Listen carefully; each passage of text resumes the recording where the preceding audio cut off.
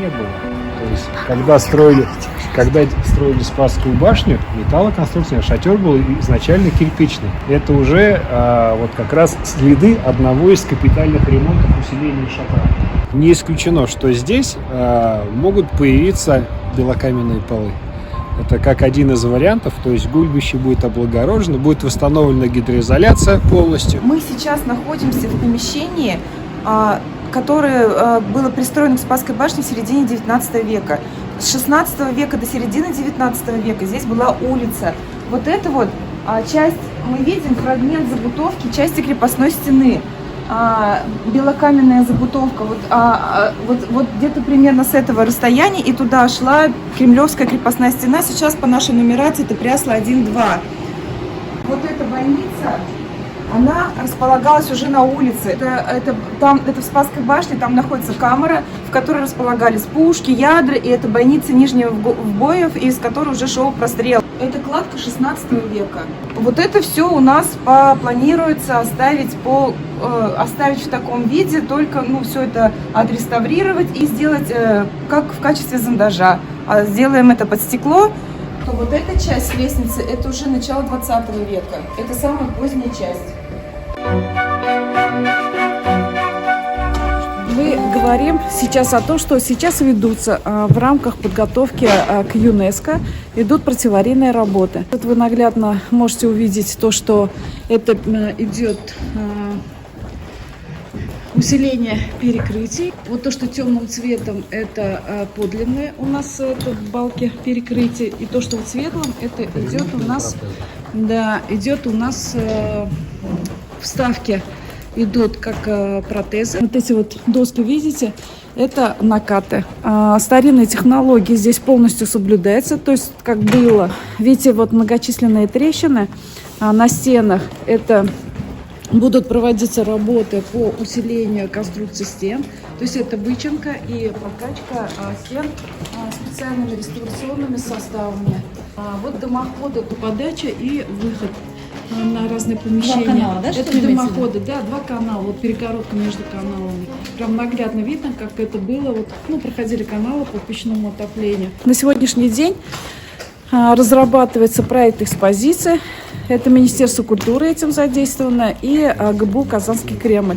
Эта щель, здесь располагалась подъемная решетка, так называемая герса.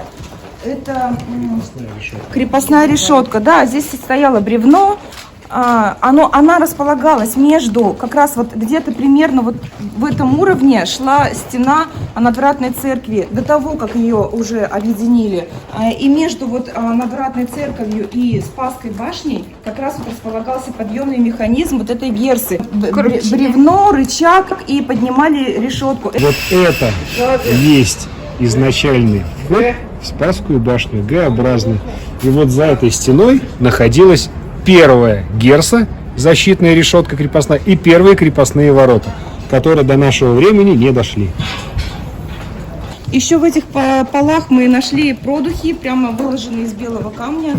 Продухи, через которых у нас шло отопление, воздух отопления. Да. Это вот то, что интересно, здесь мы вскрыли.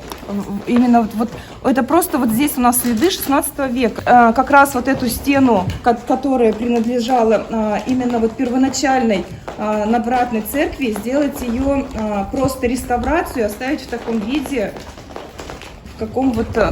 после реставрации, чтобы она была вот... Все реставраторы мечтают, чтобы это была просто обмазка, которой было видно был каждый белый камень, а не так, что это штукатурка и покраска. Это вот наше видение, чтобы здесь как разместить экспозицию.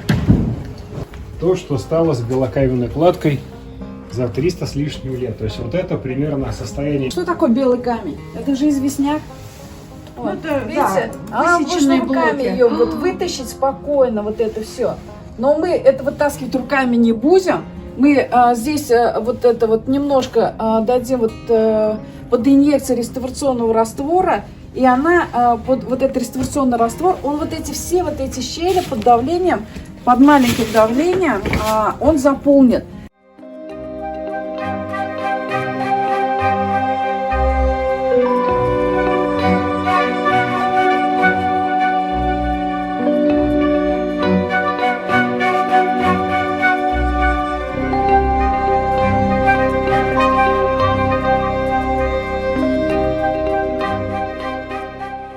проекте убрать вот эти полы, и чтобы у нас был обзор снизу, мы бы видели весь, все до самого верха, до самого купола, и, соответственно, здесь с галереи открывался бы потрясающий вид вниз. Чтобы не было вот этих перекрытий, мы в проекте хотим предложить сделать винтовую лестницу. Часы, вот они, да, вот мы видим, вот они. Это находится здесь часы. Вот круг металла, он металл так и останется. Это цифры, то, что там есть, это будет тоже там из металлических конструкций. Механизм часов, он будет тоже реставрирован, но к 30 августа это еще готов пока не будет. Туда попадала вода, дождевые осадки, снег таял. И вот что произошло с кладкой купола, да, основания купола за время отсутствия гидроизоляции. Один из вариантов, то есть как бы сделать ее неотапливаемую с выхода вроде как бы на зиму, но на зиму туда выход все-таки сложно будет, то есть и подниматься так, чтобы открытое пространство было, и, во-первых, и там, когда все равно в любом случае будет налить, чтобы, не дай бог, люди, это целях безопасности, а с окнами, как одно из предложений, если застеклить, то под старину. Здесь это был вход в башню. После, опять же, расчистки перед нами предстала была как бы платка в рисованном виде.